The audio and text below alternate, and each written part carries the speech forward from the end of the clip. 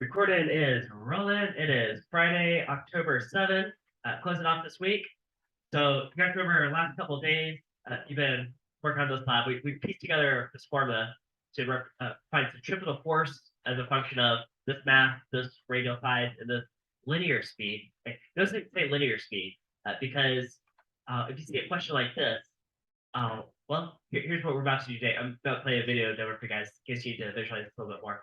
But can you guys imagine we're out in deep space, right? Out in deep space where there's no actual gravitational field. But you guys know right now you're being held down onto Earth by the gravity field from Earth, right? Which we haven't quite talked about and get to that next week. Has to do with like the mass of the Earth and the radial size of the Earth, right? But out in deep space, there's no real gravity around.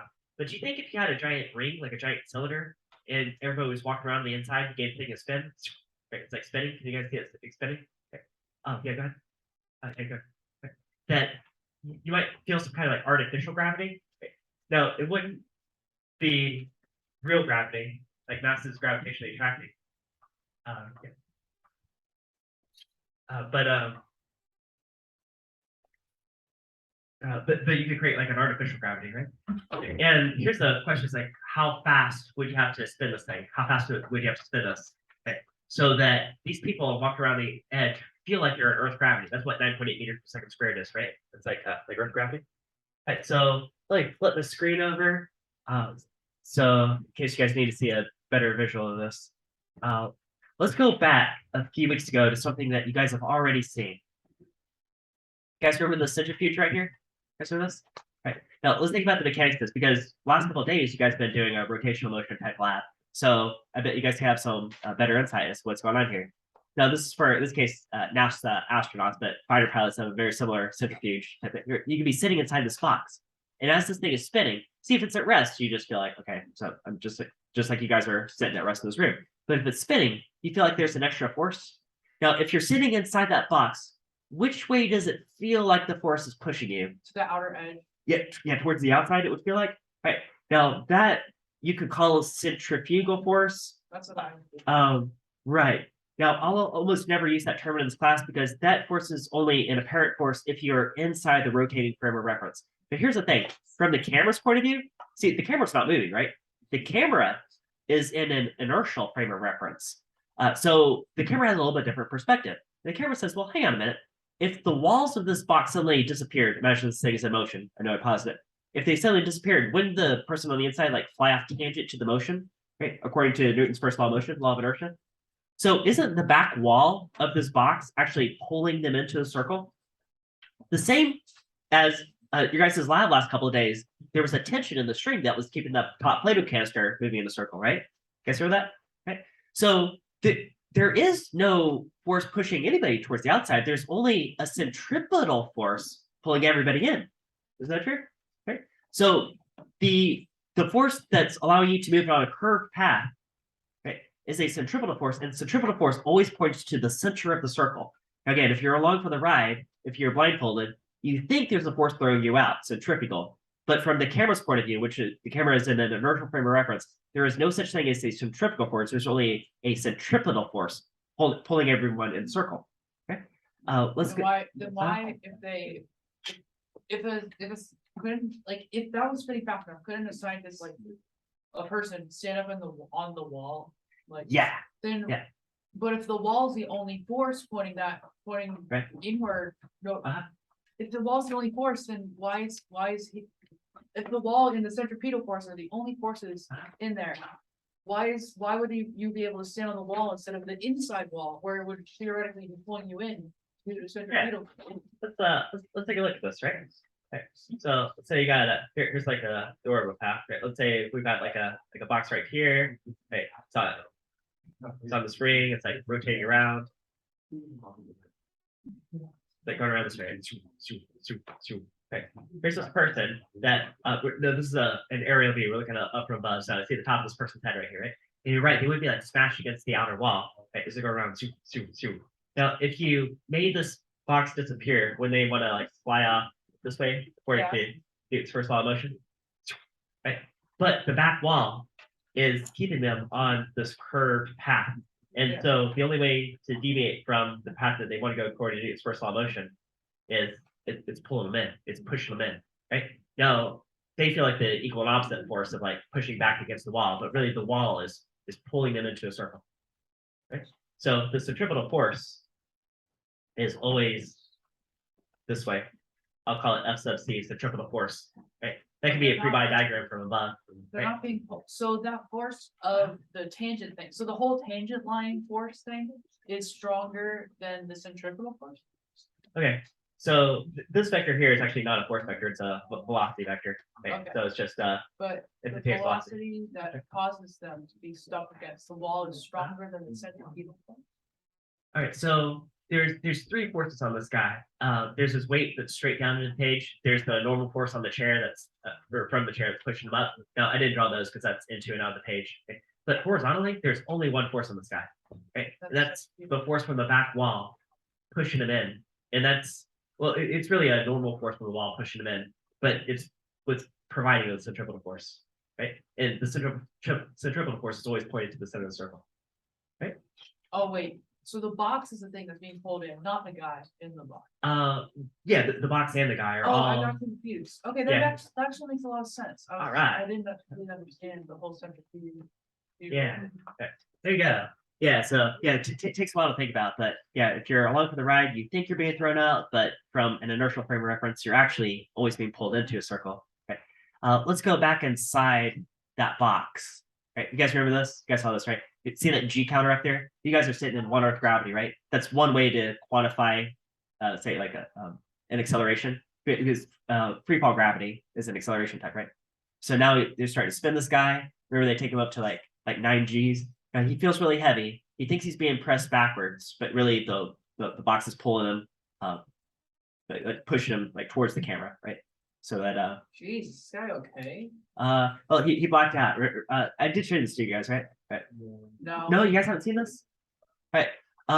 Yeah, so he's in one of the centrifuges. They spun him up to a speed where he went up to like 9 Gs, which is like the most that the human body can take. It was only for a few seconds, but he's doing the special training. He's wearing a special suit. There's guys shouting commands. I know I've got this muted. Tell him to like squeeze like certain leg muscles so that you can keep his blood from like pulling. So yeah, but he felt like 9 times as heavy as he would otherwise feel. Right. So that's like spinning too fast though, right? But I wonder if again, let's go to like deep space. I wonder if you could get a wheel rotating at just the right rotation rate. Yeah, so yeah, it is about this time of year that students always ask me about the movie Interstellar. Now, this isn't from that movie. This is from a movie in the 1960s called 2001: Space Odyssey. Oh, that movie. I've actually seen that movie as well. Yeah, right. All right. So now this I'm going to refer to this as an O'Neill cylinder, right? This like rotating space habitat here. It's not really in space, right? You guys know it's just movie special effects, right? Yeah. Yeah, top of the line for the 1960s. But we could build something like this. In fact, this would be a really good thing to build. The only reason that we haven't built anything like this is because you have to build it so big and it's really expensive to get stuff into space. So the biggest thing we have in space right now is like International Space Station, but it's really expensive. But one day, right, we'll have stuff like this. You can be like walk around on the inside ring, right? So we could build a centrifuge in space and have our gravity like that. Yeah, right. Is that what it would look like? Like walk around there? Again, this guy's not actually in space. Special effect. I think what they did was they built a giant ring, just rolled around on the ground, and had a camera fixed in one spot. What if the dude jumped? What Yeah, happen? what if he jumped, right? So here's the thing. If he jumped, right? Part of this has to do with like how big is the ring. If you make the ring really, really, really big, like several kilometers in diameter, then it'd be really hard to distinguish between like fake gravity and real gravity. Right now, a ring this size, truth be told, it'd be a little bit too small. There'd be enough of a Coriolis effect that'd be kind of like wonky. But yeah, the idea is there, right? The idea is there. Right. And finally, let me show you guys. If he jumped, well, if this ring is small enough, then he would I guess be able to like jump to the other side, right? Something like that. If he jumped, would he still have that gravity on him? Let me look up for you guys real fast because there's a real version of this. We gotta look this up on YouTube real fast. Wait, what? Besides, it's Tom oh my gosh, Scott how? rotating room. Let me look this up here. All right, slide this over here. All right, about that. All right. Hey, it's this guy. I know. Yeah. So we got this guy, Tom Scott. Oh, look at that! It's a rotating room. You guys see that? Right. So here he is here, right? Now the thing is, like, this is super wonky. They tell everybody to stand still because, well, if they start walking around, then your brains can't really handle it. But that's kind of a small room is the problem with it. Right? He's trying to hold his arms up straight and like going to the side. They start throwing a ball around. So, oh, here you go, throwing a ball around. Let's check out this ball. You guys know that room's rotating, right? So the ball doesn't go straight, like deviates off to the side. You guys be really careful about how he moves, right? So there's what's called a Coriolis effect going on in there. So you can't really like walk in straight lines, right? Now, if this was like, again, like crazy big, like several kilometers in diameter, then that would approach like an Earth type situation. But see, that ball's like curving around, right? Because do they get top here? There's a top-down view, right? What's going on? All right. So all that is just set up for those are all demos for what we're about to do here. If you're an extremely fast rotating centrifuge and you jump, you would suddenly zoom? Well, the centrifuge would be the one zooming, but you would not be zooming with the centrifuge anymore? Yeah, it's all like relative motion, right? Then that guy running, he lifted both feet off the ground. He should have just been like. Right. Because I guess if you like jumped off the ground, you would still have the linear speed from where you left off. So, right, and then yeah, the platform would be rotating. I think it would be like jumping ahead, sort of like, right. That's how that works because you have a really fast linear speed from the edge. Yeah. Right, so I got here a turntable. You guys got some turntables on your desk too. If you wanted to get your own hands on these, yeah, that rotates, right? It rotates in the positive direction, like counterclockwise. Okay. So with this spinning, you guys see I got 3 Roosevelts. They're at 3 different locations. And I can ask a question like, which one is going the fastest? And what do you guys think the answer is to that? Which one's going the fastest? The one on the end. Yeah, the one on the outside, right? But that's really only true from a linear motion point of view. That's if I point a radar gun at those 3 Roosevelts. The one on the outside has the greatest like meters per second or miles per hour. Right? And the inside guy is like 0 meters per second, right? Okay. But what if I contextualize it a little bit differently? What about like, you guys ever heard RPM? Yes. What does RPM stand for? Rotation per minute. Yeah, revolutions per minute. Okay. Right?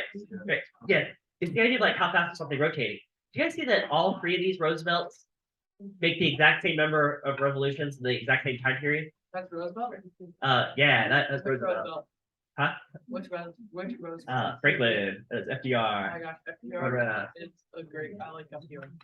Yeah, so he's going around there, and they all have the same velocity in a rotational sense. Let's say they have the same rotational speed, but they have 3 different linear speeds, right? Huh. So let's make sense of this, and then we're gonna one step at a time get to address this question right here. It's like how fast does this O'Neill cylinder have to rotate so that all these people feel like they're in Earth gravity? Okay, so one step at a time here. Do you guys see those 3 posters on that wall over there? All right, we're gonna go over those one at a time, right to left. Okay, so let's get a picture of that turntable. Okay. Here's the center of the circle. Here's Roosevelt at some radial distance from the center. I'll call that distance R for radius, right? And he's gonna say I spin. Okay, let's say he spins to like about here. Okay. Rotates. Okay. Well, I need a way to quantify how far he's rotated. I'm gonna call it theta, which we've used before to measure some kind of angle, right? Can that be like some kind of angle, right? I'm gonna give that a little fancier name. So this is the Greek letter theta. Okay. I'm gonna call it angular displacement. Yeah. Right. So like how far have you gone, but specifically how far is the turntable turns? Again, if I had like several Roosevelts lined up here, right? All those 3 Roosevelts would have the same angular displacement, right? Which we could quantify several different ways.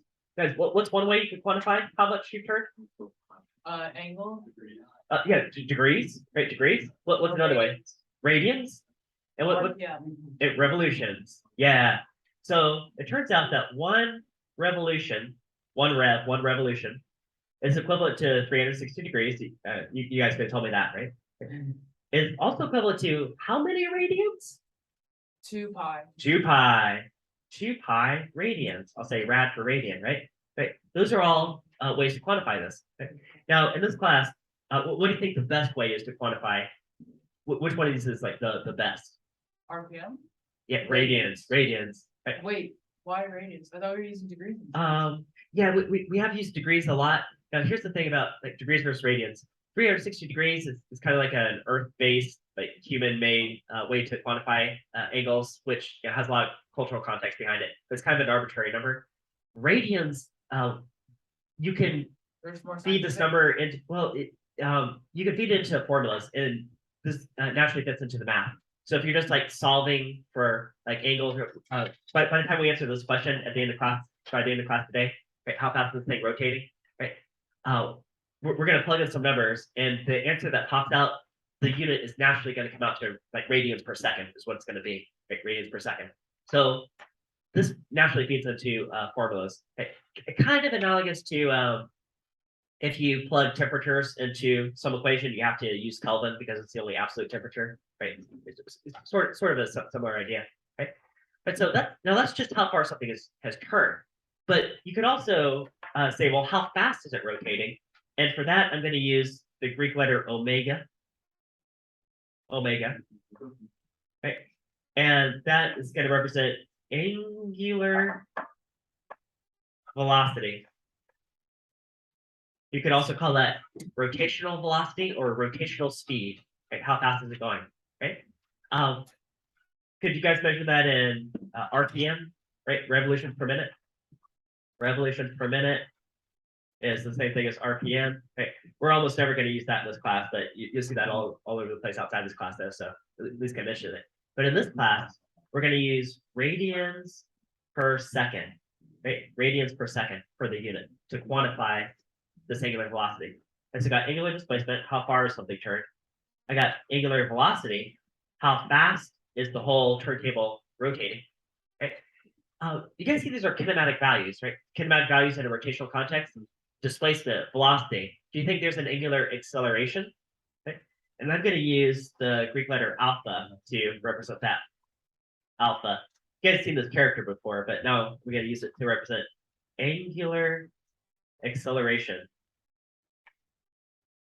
Okay. And this is going to be in radians per second squared.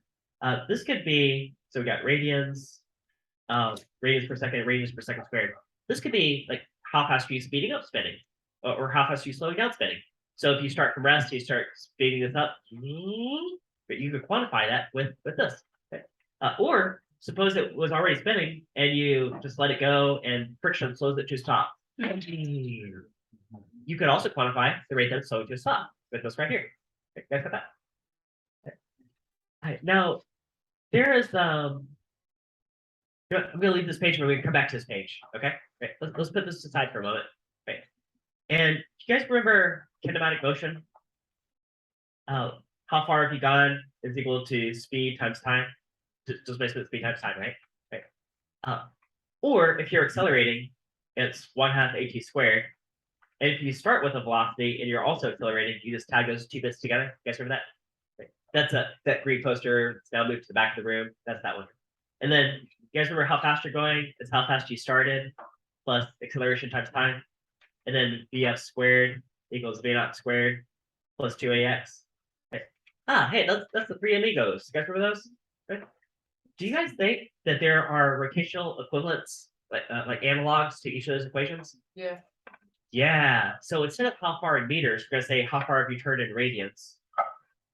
And it turns out that if you just replace each of these variables with its rotational equivalent, you get a perfectly valid new equation.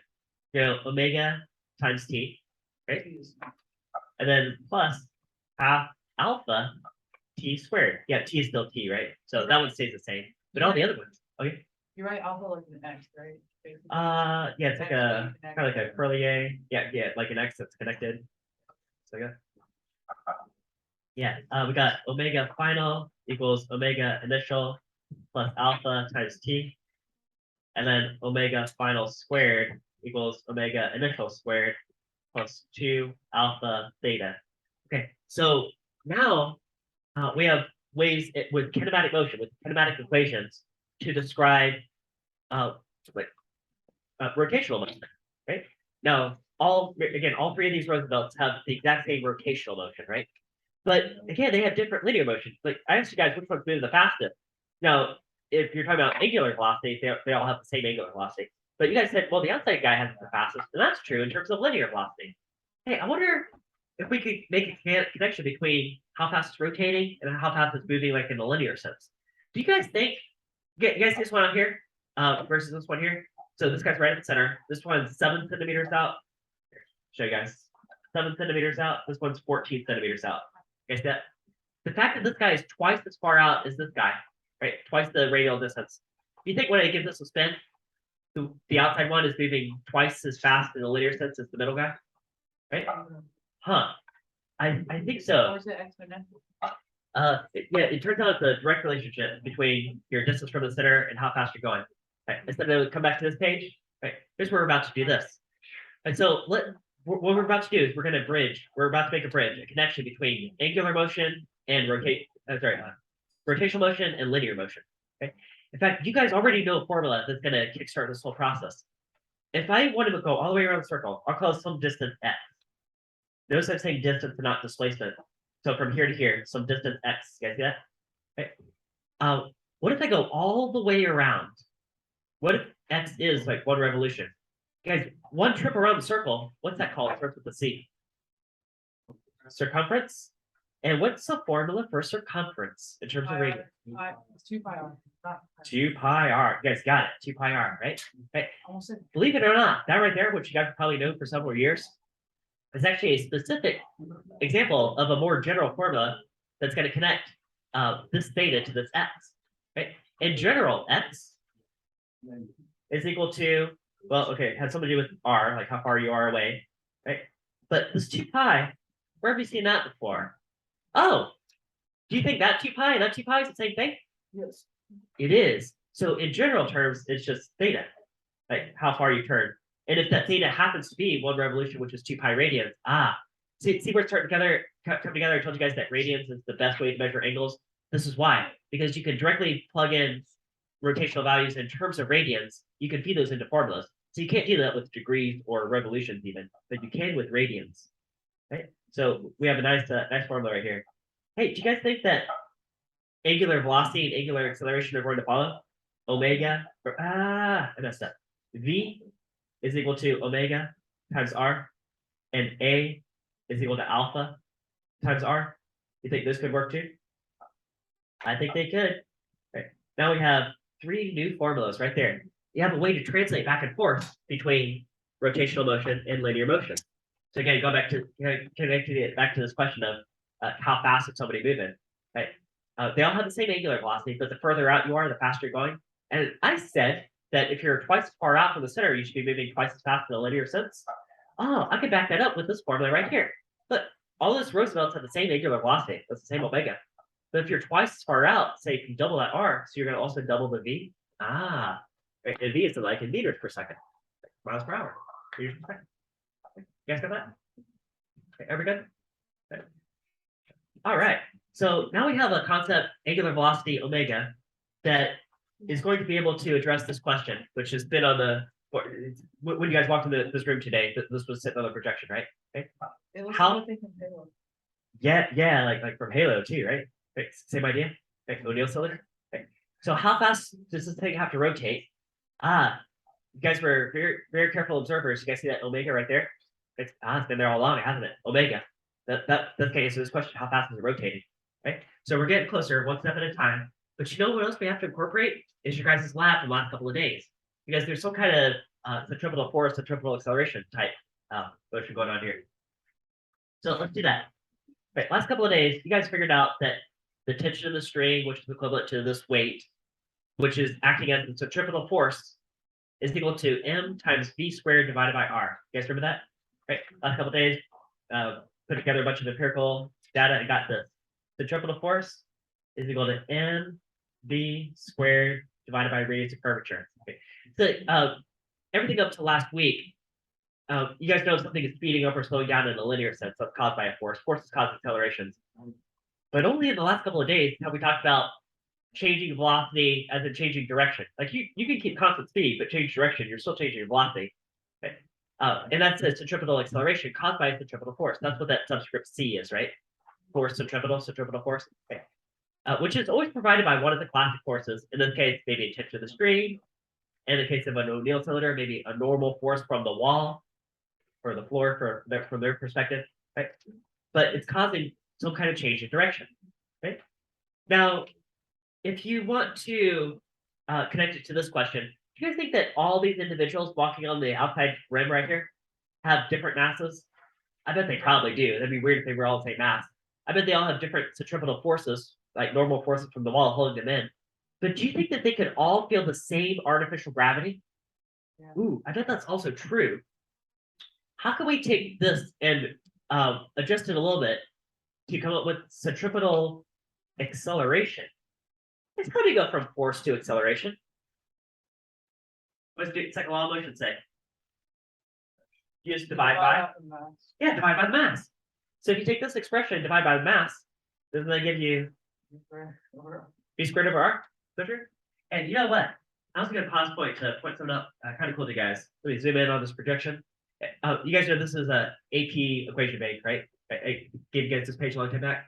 So if you guys ever take AP, you're allowed to use this formula page on your exam in May. Look at that right there. Centripetal acceleration, b squared over r. Get that? It's right there. Same thing as that. Right. But you know what? We still aren't quite able to answer this question. We're getting really close. We're one step at a time, and we're really close. But the problem with this is that this is still a linear speed, right? So we can almost answer, correct. O'Neill cylinder. We can almost answer this, except what we would actually be answering if we solve for this V is this. If you're out here in a space probe watching this whole thing rotate, and you point your radar gun at each of these guys individually, that's what this V would represent, right? Like in meters per second. Okay. But what about like an angular velocity? You know what we could do? We have a connection right here. Can I see this? Linear velocity is rotational velocity times radial distance. Right, how fast you're turning times how far you are from the center. Can I take that expression right there and substitute it right there? I think I can. I think I can say, well, I know that linear velocity is rotational velocity times radial distance. Right.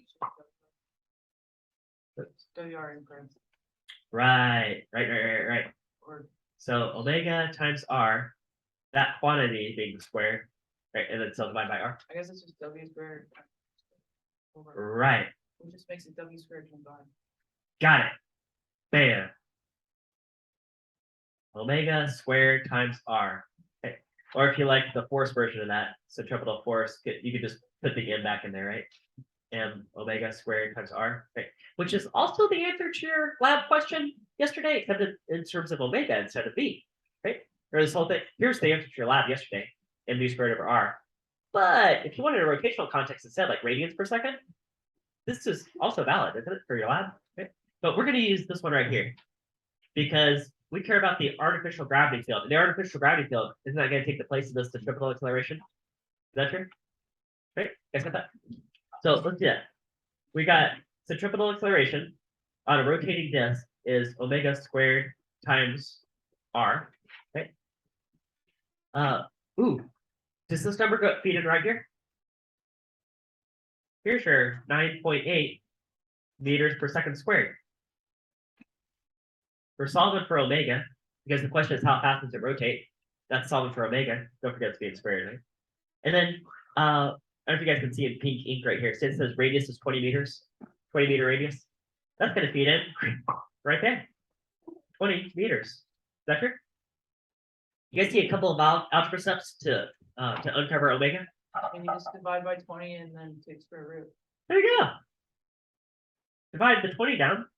So 9.8 meters per second squared divided by 20 meters, followed by taking the square root. 1, 2. Bam, bam. Just like that. Okay. Here we go. So what's the square root of 9.8 on 20? That ends up being 0.70 is the number on my calculator screen. But this number has units. Guys, what are the units on this number? Seconds, 1/second squared. No, that doesn't make sense. It does look like 1/second, doesn't it? Like if you follow this logic. Now radians is one of those tricky units that can kind of like hide in the math. And in this case, it does. It's like radians per second. So remember, I've been telling you guys like radians and radians per second is the best way to quantify theta and omega. Again, here's why. Because it naturally falls out of the math, right? This is not RPM, although you could translate it to that, but it naturally comes out to radians per second. And that's the answer to this question. Now, here, let me give you guys a different context for this. You guys remember I told you guys 1 radian's about 57 degrees?